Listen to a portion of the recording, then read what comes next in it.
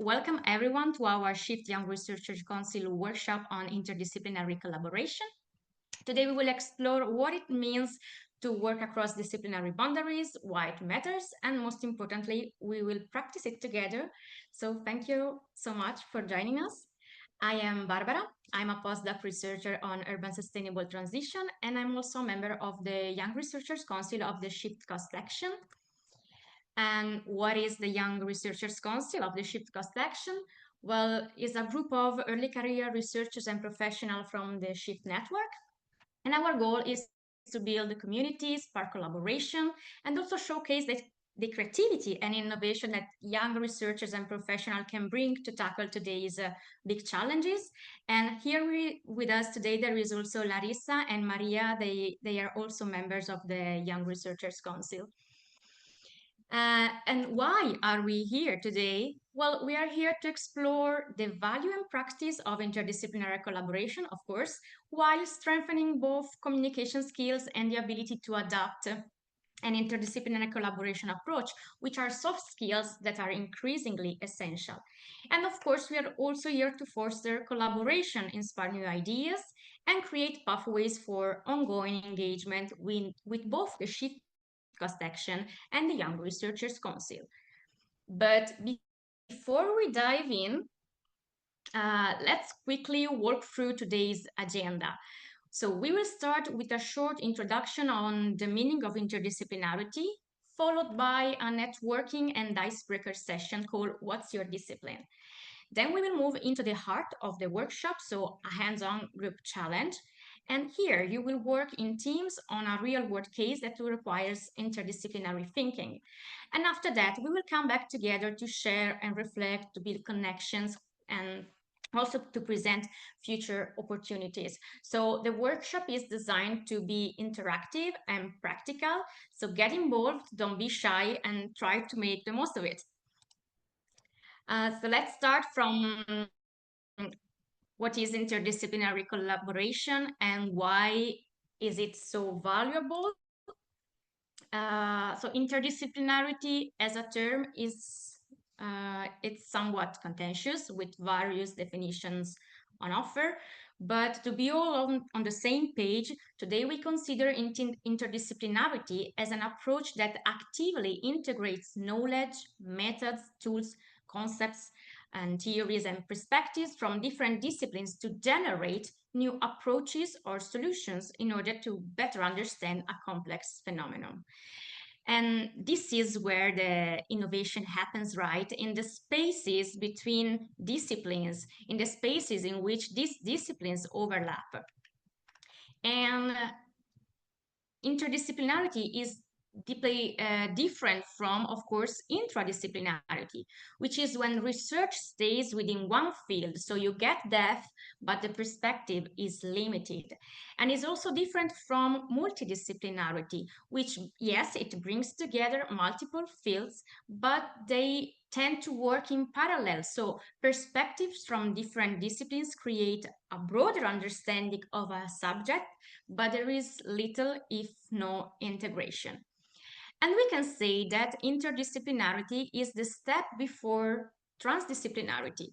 Transdisciplinarity takes the integration of disciplines even further by including non-academic stakeholders such as community, policymakers, or industries to create knowledge that has a real-world impact. It is therefore about bringing together knowledge from science and practice.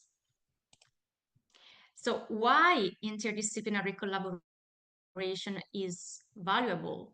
Well, we are currently in a situation of crisis, as you might know, meaning the convergence and interaction of multiple global challenges, such as climate change, biodiversity loss, pandemics, energy and economic instability, social inequality, and so on. And these crises do not exist in isolation. They form a dynamic and interconnected web where one problem can amplify another and can also be affected by another. And because of this complexity, no single discipline can tackle these issues effectively on its own.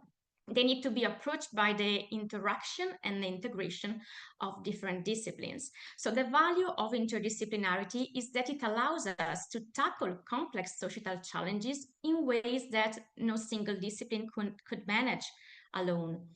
It helps to start looking at the world and everyday challenges from more than one perspective. And it also strengthens critical thinking, adaptability, and communication skills, which are all key for early career researchers and professionals. So now it's time, we finished with the theoretical part, and now it's time to get to know and meet each other and kick things off with our icebreaker. But to break the ice, we take a quick look at the responses you gave in the registration form. 18 people answered to the registration form, and is excited to see that people that were interested in this workshop came from a variety of countries, South America too, and Germany and Portugal, Netherlands, Turkey, Morocco, Jordan, Ireland, Indonesia too. But those who were interested were also coming from a variety of disciplines, such as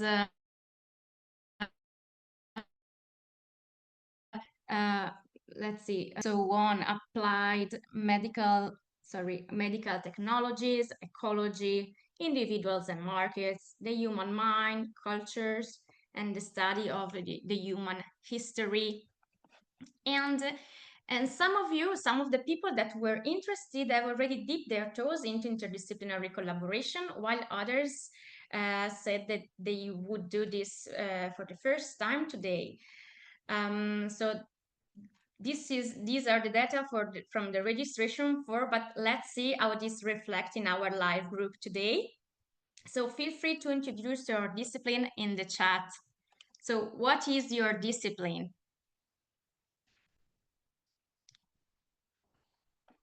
Let's see if somebody comments in the chat, just to understand how this group is made, who are the people that are composing our group today. Climate change and energy law from Larissa, thank you. Somebody else want to? Ecology and conservation, urban planning, nice.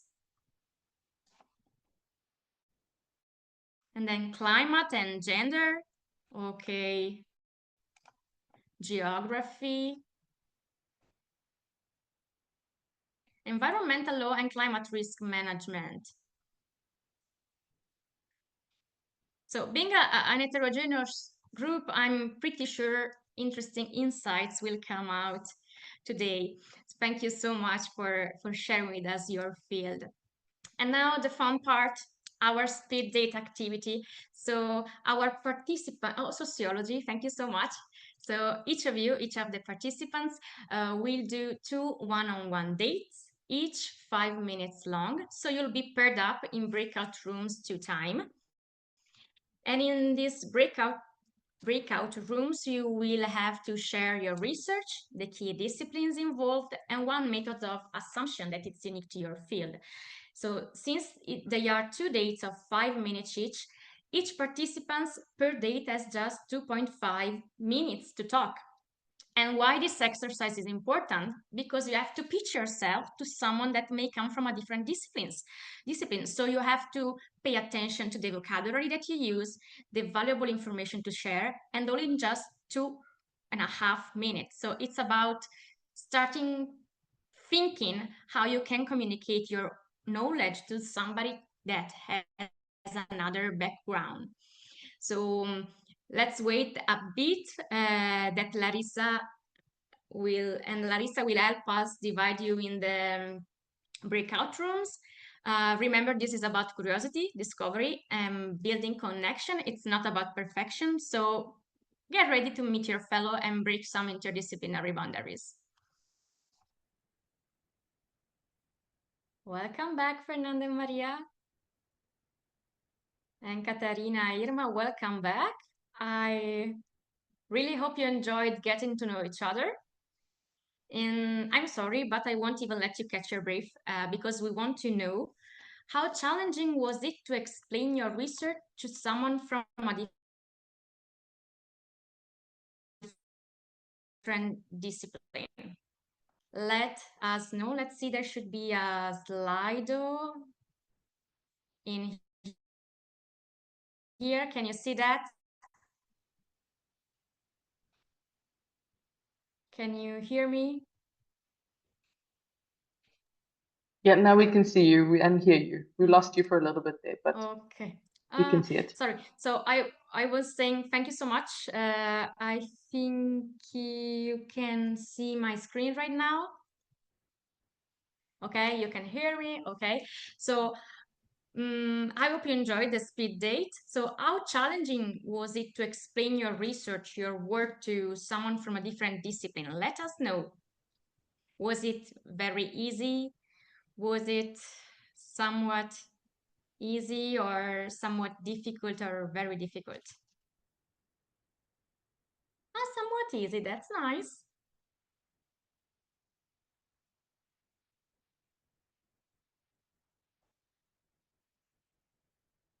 Let's see if other can answer. For two people, it was somewhat easy. That's good. Somewhat difficult. I can understand.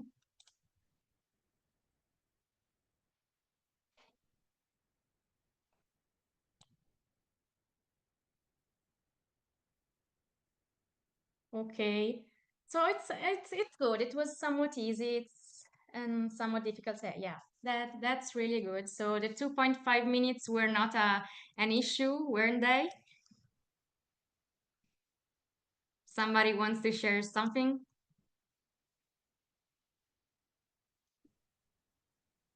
No? Hi, I can share something.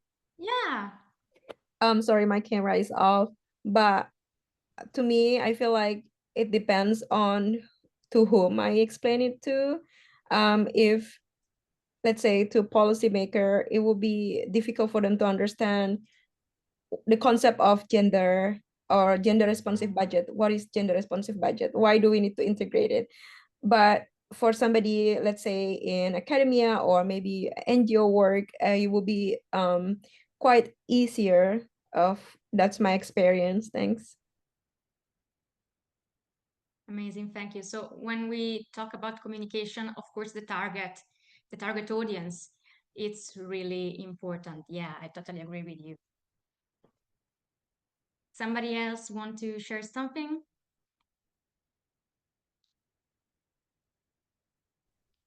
Okay, if not, we can move on. And now we will try to to put these insights that, of course, all of you have experience into action with a mini case challenge. What is it about? So over the next 60 minutes, more or less, we will work in teams, mainly one team since the number of the participants, but you will work in team to tackle a complex problem trying to apply interdisciplinary collaboration. So we will break this session into three main steps: the challenge, the presentation of the challenge, the division into teamworks, and after that, the team will have to present the collaboration process that they follow, and there will be a roundtable with mentors and also a Q&A session. And we want to see creativity and integration of perspectives. So don't try to do nothing fancy, nothing perfect. It's about collaboration and trying to communicate and build something together. And what is the challenge we will address? The challenge is enhancing community resilience to climate change. Well, many are the research topics that require interdisciplinary collaboration, but today we are focusing on this. And why that? Because communities are all around the world are facing growing risks due to climate change, like floods, heat waves, storms, and so on.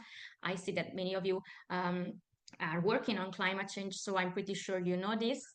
And enhancing communities' resilience is paramount for many reasons. It's paramount to protect lives and property, to ensure food, water security, to safeguard livelihoods and to maintain secure jobs to the communities and protect income sources from disruption, and also to protect and restoring natural system, which also help to reduce this kind of disasters. And it's important because it helps to enhancing resilience, help to strengthen social cohesion, and the strong bonds within communities make disaster response more and more effective. And it is therefore clear that to do something like this, we need different disciplines, different perspective. And just to be on the same page, what is community resilience? Community resilience to climate change can be defined as a community ability to adapt, withstand, and recover from the adverse effect of climate change, and most importantly, adapt or change their system, so the system in which they live, to minimize these adverse effects. And of course, community resilience challenges vary depending on the context. Different communities can face different challenges and thus need different solutions. And this also depends on the morphology of the territory in which these communities are settled, on the financial capacity, on the expertise that they have at their hand. So a coastal city will not experience resilience the same way as an inland town compared to urban center. So to make our challenge more concrete, we will not try to answer the general question how to enhance community resilience, but we will focus on one of these let's say case studies. And these are heat resilience, flood resilience, and energy transition. So this will be the starting point for your group work. But before diving into how to work in the team works, I want to introduce the mentor. A warm welcome is to Michelle Pezzagno, Alexandra Reverts, and Martin Legris, which are here today to help young researchers and professionals as us to dip their toe into the broad ocean of interdisciplinary collaboration. I think they are all here with us. I don't know if you want to say anything, just to say hello or introduce yourself. Maybe let's start from Michelle. Are you here with us? Just 2 words. Can you I hear cannot. me? Okay. Okay. Yeah. Okay. Good morning. Good afternoon to everybody. My name is Michelle. I'm associate professor, as is mentioned in the presentation of Barbara, in urban planning, urban and landscape planning, and I think that it's fundamental to create interdisciplinary environment to push forward sustainability and solutions. I'm fully engaged in a PhD on sustainable development and climate change, in which a group of professors in Italy from 50 Italian university are trusting in interdisciplinarity, and it's a challenge for us to understand each other in some way, and to share our knowledge, because we are more or less, I'm over 50 years old, we are old, and we grow in silos, in our discipline silos, and this limited a lot our creativity in finding out solution. Therefore, I think that it's fundamental to grow a new generation of researchers, new generation of professionals that is able to overcome this barrier. Thank you so much, Michelle. Alexandra? Yeah, I can go next. Hi, everybody. My name is Alexandra Ravej. I'm a research fellow in University College Cork. I'm a geographer as well, which is typically a discipline that internally has a lot of, interdisciplinarity involved in the work. So there's the, recognition of the physical features and systems in the world and the human features existent in the world and the interconnections between the two. So that's something, that we as geographers tend to sort of consider inherently in our discipline. I think the exercise that you brought in at the start is really interesting. There is no interdisciplinarity without disciplinarity. So recognizing and understanding the contribution of our disciplines is really important. It's important in terms of your career progression. It's important in terms of your contribution. It's important in terms of communication, especially, moving on to different fields or communicating with different stakeholders. I'm a vice chair. I have the privilege, the pleasure of being the vice chair of SHiFT Cost Action. And, one of the really core missions of SHiFT is to promote and support the social science and humanities and the work, and that includes the whole plethora of disciplines that come within social science and humanities: history, anthropology, philosophy, religion, the arts, to contribute to this whole conversation around climate action, but also, to have much more meaningful sort of collaborations with the STEM sciences. So I look forward to seeing what comes out of these different exercises. Thank you. Thank you so much, Alexandra. Martine, I don't know if you are here. I'm here. Thank you. Yeah, floor is yours. Hi, everybody. My name is Martine Legris. I'm from France. I'm from Lille University. I'm a sociologist, and I'm working on climate transition and climate change, part of the SHiFT Cost project as well. And now, just brand new French representative in the board. Brand new information. So what I'm doing, I'm working mostly on bottom-up initiatives in ecology and transitions, especially from citizens in, for instance, energy cooperatives brought by citizens in France.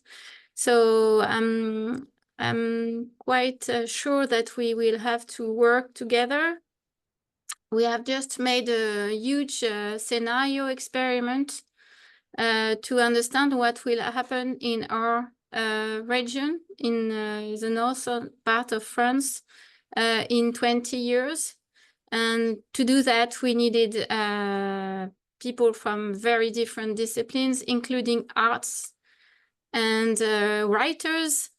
And we built different scenarios. And this is something that will grow, because this is something we will need to do if we want to adapt to the climate change and see what issues we have to face.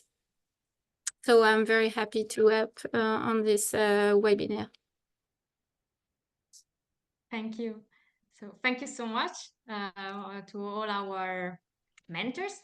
We will come back to you later. And now we are gonna move on to the next step, which is become interdisciplinary research teams and try to design a blueprint of our research project. How? Through a Canva board. So let's move there. I just move to the Canva, wait a bit.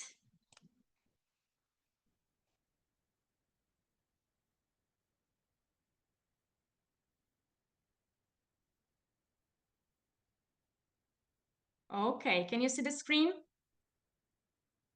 Can you see the Canva board now?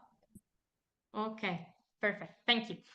Okay, so you will be teamed up into one or two groups based, I think one group based on the number of participants, and you will also be shared the link to this Canva board. As you see, it's divided into three parts. in the left part there are all the instruction, while these two parts with the yellow and rose post-its are the elements that the areas that each team, each group has to use to work in the collaborative process. What are you required to do? So the first step for each group is to select a case study. The case studies are those ones that I briefly introduced before.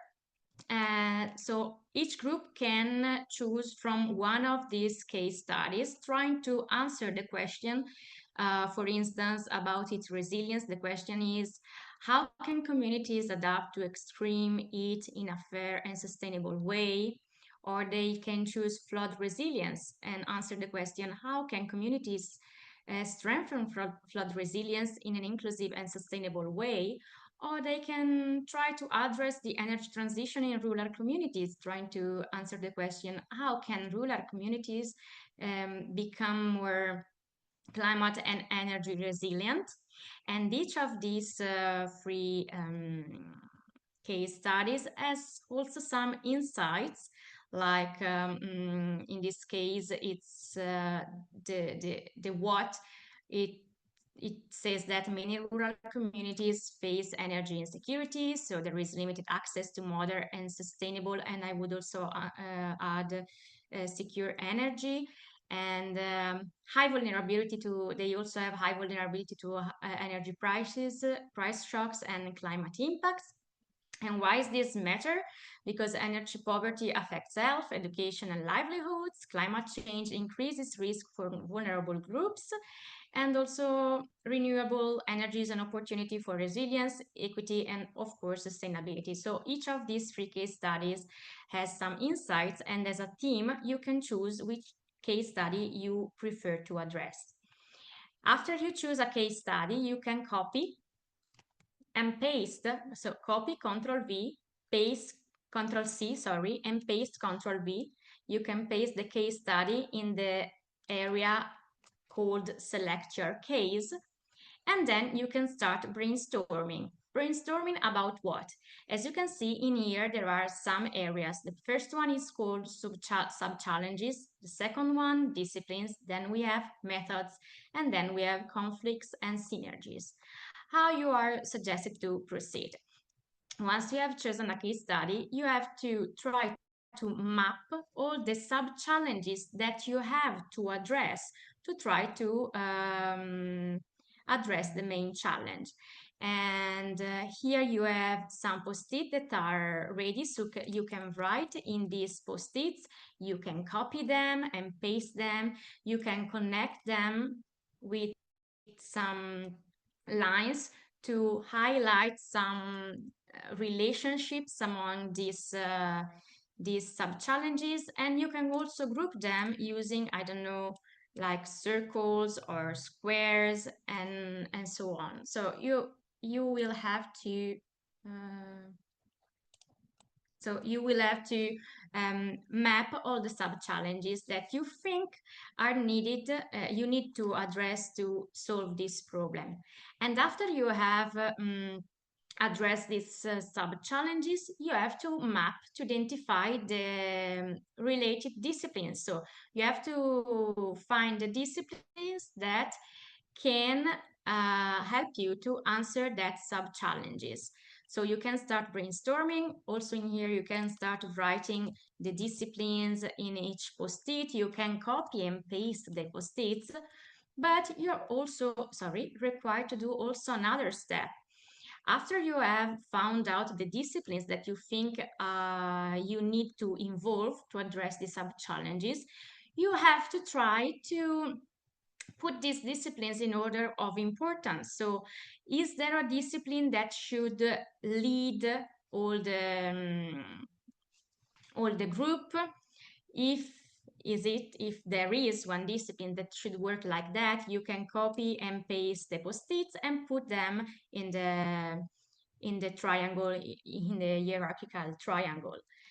And after that, you should also start to think about if some disciplines should strictly work together, should work together more than other. So you can couple them, you can use also in this case, you can use arrows to couple them, you can use circles and square, whatever you want.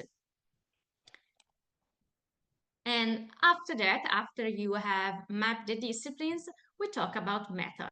So you have found out the disciplines that are needed to address the research challenge, and now based on the discipline involved, we try to map the methods that are needed. Which methods could be useful to solve the problem? Which methods could be integrated? And after that, a short reflection of the conflicts and synergies that emerge from this brainstorming session. You have 20 minutes to do this process, this collaborative workshop, and I would suggest you to take 10 minutes to brainstorm, to write in the post-its and feel all the area of your team. And in the second part, so the last 10 minutes, to try to put everything together and prepare everything to present to interact more, to try to integrate your thoughts, your insights, and your perspectives. After these 20 minutes of teamwork, you will be required to present your collaborative process in just 5 minutes. So I would also suggest you to define like a leader of the group that will also present the teamwork. Okay, this is all. I share with you the link to the Canva so that you all can check if you have some troubles to use it.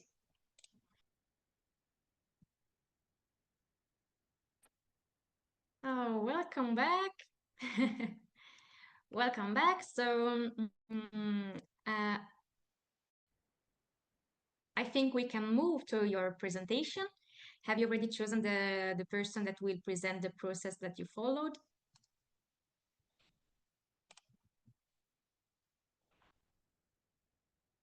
No? Some of you wants to speak for the group to show us what you did, what were the challenges that you faced.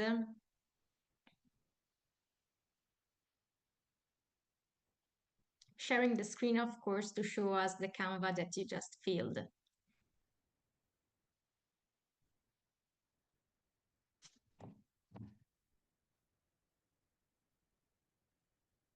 Come on, don't be shy, it's just among us. Maybe you can also, we don't need a leader. I mean, some of you can just start and the other can come in and share their thoughts. You can do this together. Okay, so I can start. Thank you so much, Fernanda. Who's sharing the screen? You should be able to share the screen. Okay. Open here.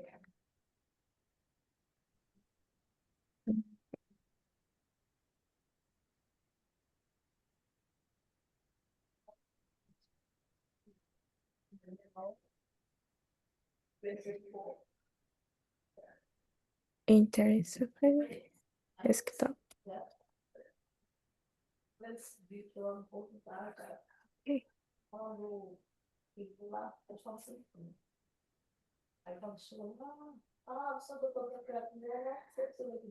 Barbara, could you please share for me, because I don't know, my computer is not allow me to share. Yeah, of course. Yeah. If I to restart, I have to leave the meeting. I don't want to leave. Yeah, don't worry, don't worry. Can you see the screen? Yes. Can you see the Canva? I will zoom in here. If I need to zoom more, just tell me. Okay. No, I think it's good.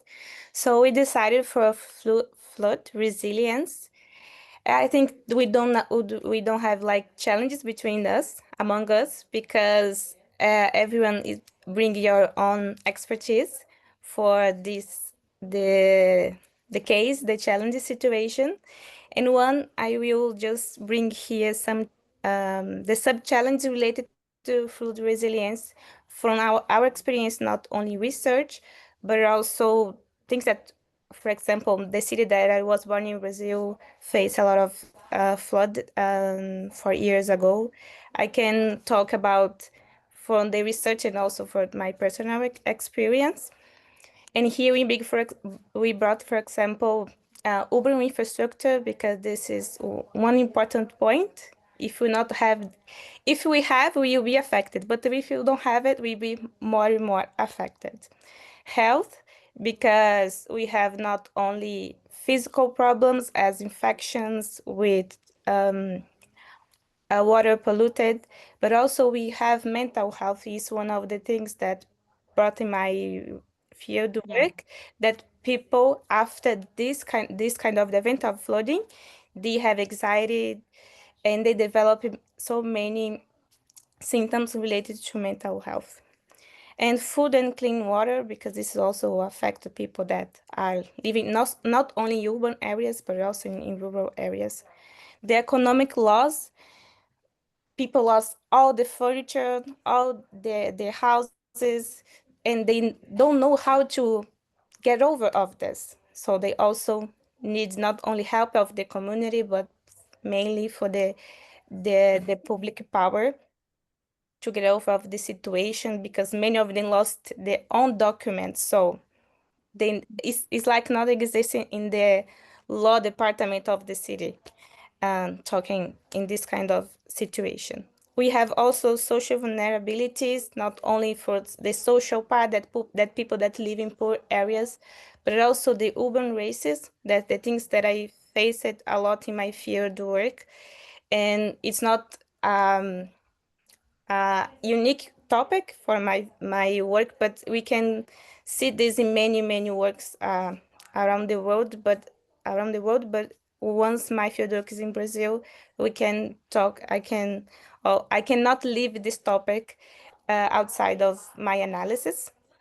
Forced displacement, because people are pushed out of their own houses because they lost everything, they lost the furniture, they lost their houses, they have to be in some other places that the municipality open to put them together in while the emergency is happening.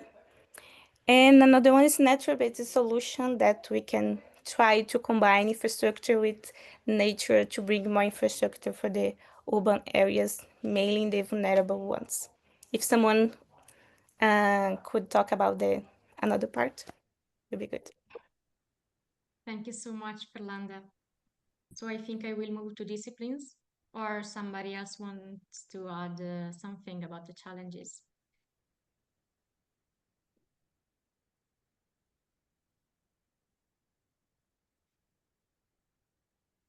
Since I'm sharing my screen, I don't see if somebody wants to talk, so just switch on the microphone and talk.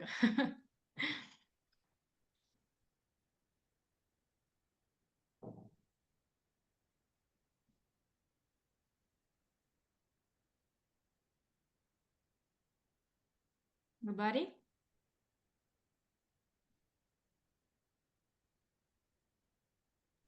I can I can continue.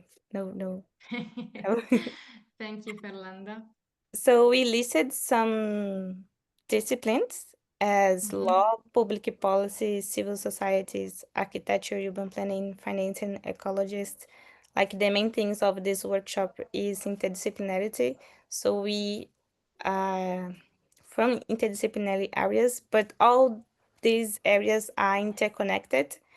And discussing, meanwhile we were discussing, we can see that and see how our areas can work together to find, or at least to try to find some solutions for this kind of events in the cities.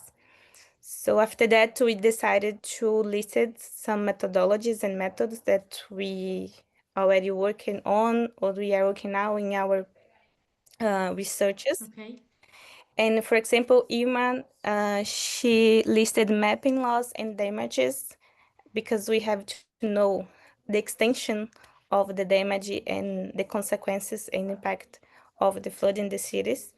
The co-creation workshop community to bring the literacy from the community, not only for the civil society, but starting in education, in institutional education for young people.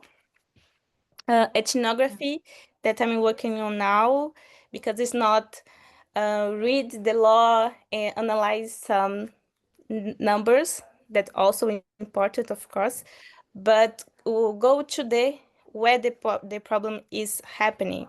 So talk to the community, talk to the people affected, talk to the policymakers, and ask them, what are you doing, what are you planning for the future, what can we do now, what could be done better in the past for what's happening. Focus group discussion expect from various backgrounds and the impacted communities. Because one of the things that we discussed now, that the people, they are not waiting for the public administration to take care of everything. They want to take care of their own neighborhood. So but they want to know how they can benefit from this caring of their own places. So do you need also to spread the knowledge and the environment background from many areas to bring them more tools to take care of their neighborhoods. We have also school workshops on this topic, bring this topic early in the life of the people.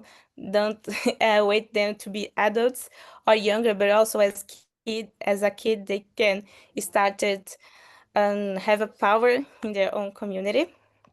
And raising awareness on care and the environment, that's also related to the other topics, as we want to share the knowledge about taking of our environmental. Could you please pass for the... Of course. Yes. Here, this part was, we rushed because we took more time in discussing the areas and the another parts, the other issues. So the conflict is the realistic application, because we have many laws, beautiful laws about environmental climate change, but we have to see if they are realistic application, they can realize in the cities, because we have many other topics that impact to bring the law in theory to practice. Another thing is community involvement, that also a pillar for public policies. We cannot bring generalized laws, for example. We have to see the characteristics of each area in how the public policies and the decision makers can interconnect the problem as in the solutions. So we have to hear what the people are demanding. The terminology and language differences also, of course, is a big problem. Now, when you're talking about digital literacy and many surveys that are now in engagement, they're now in online spaces. We know that not all the people have access to this kind of language, the online language, and also to participate. Available funds to bring also the projects to the reality of the community. Power imbalances, we cannot compare big cities with the medium cities and the small cities, and how this public policies and programs and projects could be feasible in each of them. You're running out of time. Just one more minute. Okay, and the decision-making making. And the synergies is, we already talked about community engagement, government budget and transparency, and bring research to practice. That's all. Thank you. Okay. Thank you so much. I can say you brought many different things to the table. I would now stop sharing the screen, but if needed, then I can reshare it. So now I would ask our mentors if, based on what our young researchers and professionals share, you want to add something or suggest something, some additional insights and perspective that maybe they didn't get. So the floor is yours. Whoever want to start.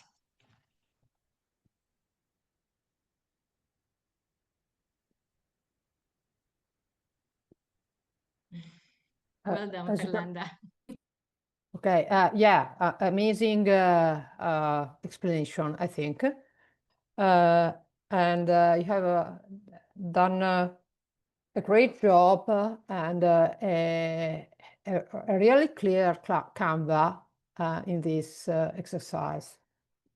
Why? Because I think that in several meetings and experiment in research we are doing don't pick up the central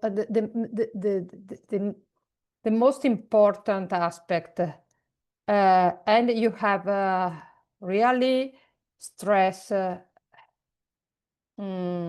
fundamental, the pillars of the problems.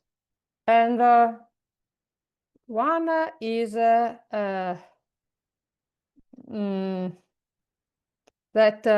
interdisciplinary has that as background. We have already told this. Alex, I think, has told this at the early beginning. We need to bring our expertise. We need to bring our knowledge and to share it. And therefore, our expertise, specific expertise, is really fundamental. The second aspect is related to respect. You stressed this aspect. I haven't got problems with my colleagues. There was a good environment in which I can share. Okay, and if you give a look to the post, you have put the name of the guy or the girl who suggested the problem, the solution. So it's a way, a real participation. This is quite unusual when you share interdisciplinary process with public administration, because you have you haven't got a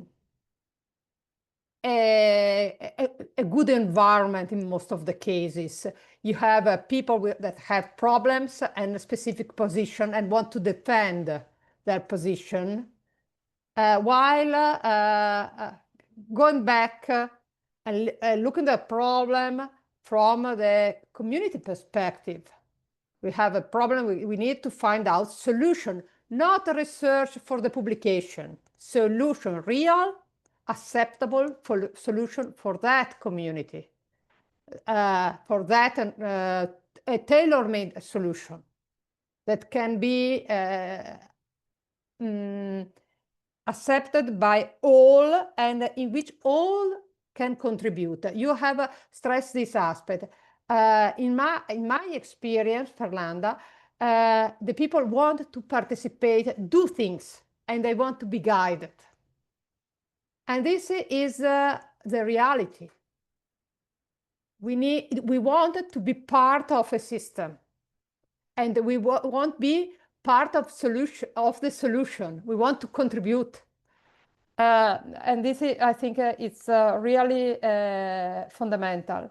The other aspect that you underlined is related to financing, how we pay things. And I think that public-private partnership are fundamental. We can build up pact to solve the problem together, based on the same strategy, the same common vision of our future. but we need to be able to build this vision. And in most of the cases, when you have a flooding effect or of a real stress effect, you are not able to imagine. This is the importance of creativity, of arts that can push our forward, imagining a solution. Because when you have the desolation just after a situation of a disaster, you are not able to imagine how can I get out of this? And you leave your house and go away in most of the cases. And I think that visioning based on art can help us to find out a new perspective. This is why I decided to join SHiFT, because I think that I'm from the STEM sector, but STEM sector is totally unable on visioning, totally unable. Because we have the technical solution, why it doesn't apply? So this ability in visioning is out of our background, and we are not able to imagine different perspectives. The other aspect, and then I stop myself, is that we often work in a power imbalance situation. That is among community, inside the community, and among territories also. This is a very important aspect because it's transversal everywhere, from the north to the south. I'm from Italy, and the power imbalance in between our territories is, for example, the big cities, Milan, the richest one, and the small municipalities in the mountain or in the plain that have few fundings, big problems. And so this power imbalance, we need to be aware of this. We need to be aware of this. And the other aspect, I think there is only one aspect that is missing, that is the ethics background we need. So which is the ethics inside this process? We need to have a common ethical approach when we find out the solution and how to apply them. We need to share also the ethical approach behind. Because in most of the cases, when we do community-based research, we engage the community, the society in finding out solution, but in most of the cases that the imbalance of the power from the public administration perspective is we extract the knowledge of the communities and we can use it. But we need to give something back to these communities when we engage them. I think this is really fundamental, and it's particularly missing in European countries, because we miss this aspect, especially when we do it, engaging in community action in relation to technical problems. So we need action, co-mapping action with the citizens. We share. They share with us the knowledge, and then we need to give them back something. I stop. Thank you so much, Michelle. I suppose I can go ahead, and I'll just add to some of the ideas that Michelle was mentioning. Well done. It's great to see so much packaged into such a small exercise. Flooding is actually an area that I've worked a lot in here in Ireland, so it's a particular interest to me.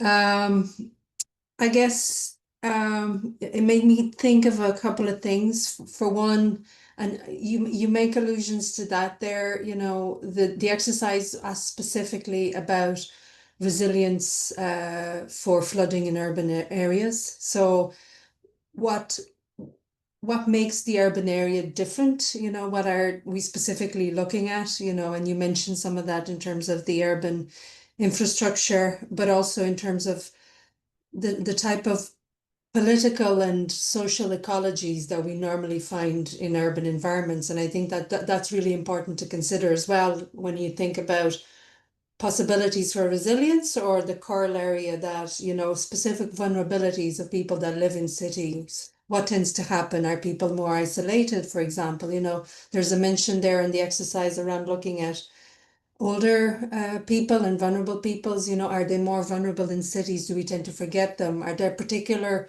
urban environments, you know, with a lot of, for example, transient populations, you know, people just renting and so on, or a lot of students, where there isn't that sort of collective community that we normally recognize and we normally rely on, you know, in instances of flooding, for example. So I think that's a really important aspect, and a lot of you guys have disciplines that would, you know, could draw that out a bit. So I think that would be a really interesting thing. And I think it also, the urban environment can also bring, so for example, when we're thinking about nature-based solutions, you know, the urban environment is normally, I suppose, an anathema to that. You know, it's very infrastructure driven, it's man-made environment, if you like.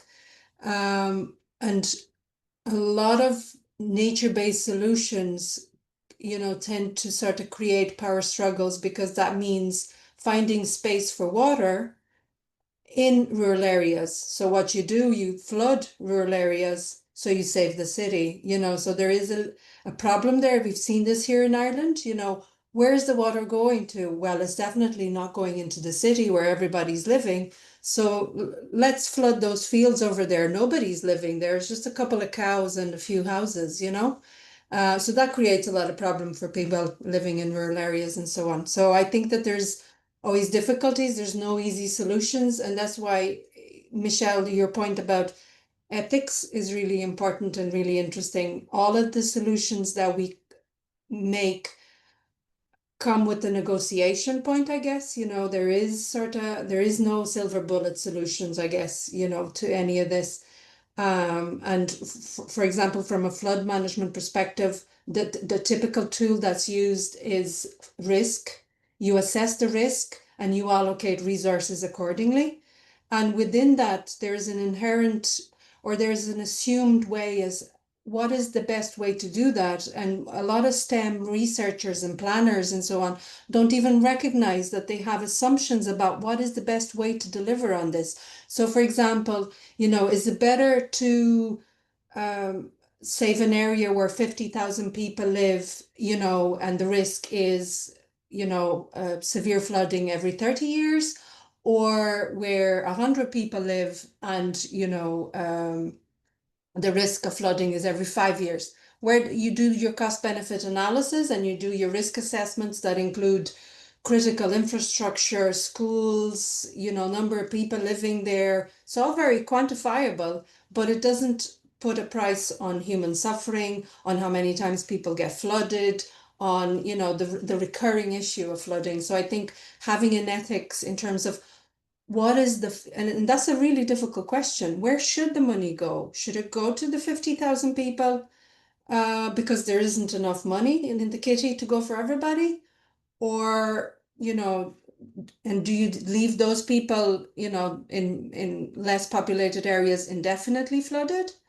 So those are really important questions, and that's where the interdisciplinarity and looking at, you know, exclusion and voice and so on is really important. So I guess I'll leave it at that. Thank you for your contributions. Really good.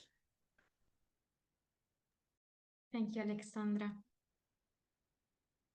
Martina, I don't. Yeah, Hi. if you want to add something. Well, I will not add a lot of things to what's already been said by my colleagues, and I agree.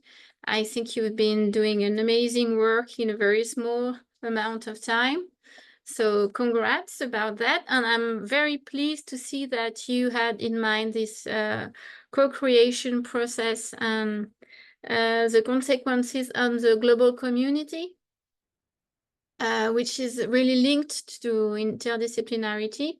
if we do interdisciplinarities, because we have this systemic approach. And in the systemic approach, we are looking at the linkages between lots of different parameters. And at the heart of this is the idea that you must consider the living. So it's really, I think, a very good point. If I had to comment a bit more about what you identified as sub challenges, maybe one of them was urban planning and urban policies, because as Alexandra already talked about it, but depending on how you organize the city and how you plan the buildings, the flood and the consequences of the flood will be very different. And we are now facing the fact that there have been lots of,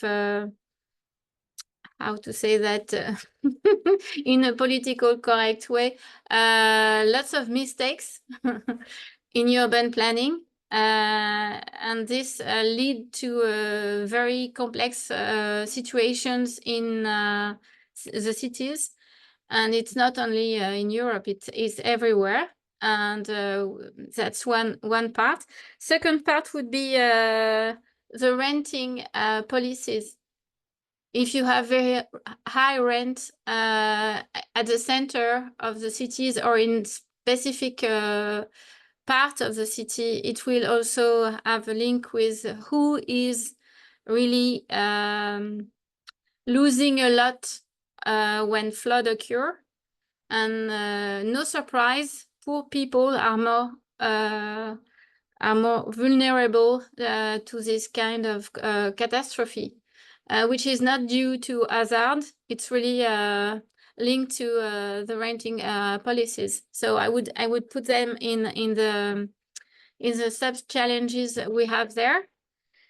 And I'm not sure, because I could not read very well what you how you organized the dialogue between the disciplines, but I would add geology and engineering to the long list you've already done, which is quite good. So that's just what I wanted to add. Thank you very much. Thank you, Martine. Thank you, all the mentors. I don't know if some participants want to ask something. Some issues that came up in this perspective that have just been shared. I want what I think. I think that Martine, this is really funny, because I'm from the urban planning sector, and I didn't talk about the urban planning at all, and they talk about it. This is great. But I think that in most of the cases, I want to underline this aspect. The problem is not the mistake down planning the city, because in most of the cases, the researchers, the technicians know how to plan the cities and which are the problems, but it's related to the imbalance of power between the technical solution that go and the political perspective. When we plan, we know exactly that this is a flooding area. We must not build there. If you go, every planner knows and stress it in the knowledge-based. But then the choice is different, and this is, from my research perspective, really frustrating. Because we know which are the solutions and we know how we need to manage the solution, but is totally undervalued by the political sector. And then the problem are arriving, they are coming, and they wake up. This is an imbalance in power. Okay, and I think that another aspect is related to regulation and laws, and we need to work as a planner I need to work more with the lawyers, the guys who do the rules and the regulation. We need to work closer, because property rights and rent prices and this can, I think, find out a solution if we advocate the same ethical principle. But I think this is crucial. So I take home this new understanding from my research perspective, that I need to work closer with the guys that make rules to find out a more effective solution, and also to push the changing of laws at a national or local level, because this is really important. Yeah, I totally agree. Thank you so much, Michelle. And I think that from this workshop today, it's quite clear that just to address one, we can say, small aspect of the resilience concept, really need a wide fan of disciplines, a wide fan of fields. And for this reason, nowadays it's more important than ever to network with professionals from other fields. And this is why we are also here today. So this is not, our time is almost up, but this is not the end of the conversation, just the beginning. A network that I want to present you to try to stay in contact. Can you see my screen? Yes, Barbara. Sorry. Yes, yes. Thank you so. Yeah. So I will invite you to share in the chat LinkedIn profile, your website, or your email, if you'd like to stay in contact, to try to stay in contact with the other person that participated today. We will collect all them and we will email them to you afterwards, so that if you want to send an email to somebody that you're interested in, you just can contact them, so we can try to build the network among different fields. And let me just introduce also some resources that the SHiFT Cost Action and the SHiFT Young Researchers Council can offer you to try to build this network, interdisciplinary network. So the Young Researchers Council can offer you a podcast, the SHiFT YRC podcast, that in November will start the second season, in which we are interviewing different professionals for different perspective, from different disciplines, asking them about their career, doing this how are they doing this interdisciplinary collaboration. But we can also offer you an upcoming event which will be held in December, which is the Climate Circle. That is a circle for early career researchers and professionals to share experiences in the sustainability and climate change related fields. And it's also an occasion to networking. So let's build this interdisciplinary network, and this is made in collaboration with One Resilient Turf. And if you just want to stay in the loop, you can just get subscribe to our mailing list, so that for all the upcoming events we can contact you and we can continue this conversation about interdisciplinarity. But you can also get more involved in the SHiFT Cost Action, thanks to the SHiFT stage, in which you can share your own project, your own results, your ideas, to continue inspiring others about interdisciplinary collaboration, interdisciplinary applications. And you can also stay in the loop with the SHiFT Cost Action through its social media, and you can also get involved with the SHiFT Cast Action, which is a group, an interdisciplinary group of professionals and academics. And for young researchers and professionals, this could be interesting. The SHiFT Cast Action also offers some calls and grants, such as virtual mobilities, short-term scientific missions. So I would advise you to check the website if you are interested in getting involved. And so all this information we will send you in an email. So you will have all that. You can check our websites, our resources, and you can get involved as you in activities that you prefer. And in the upcoming email, there will also be a Google form for the feedback, since we are already moving for organizing other events. If you want to participate, not just as participants, but also as organizers, be part of the Young Researchers Council, you are really very welcome.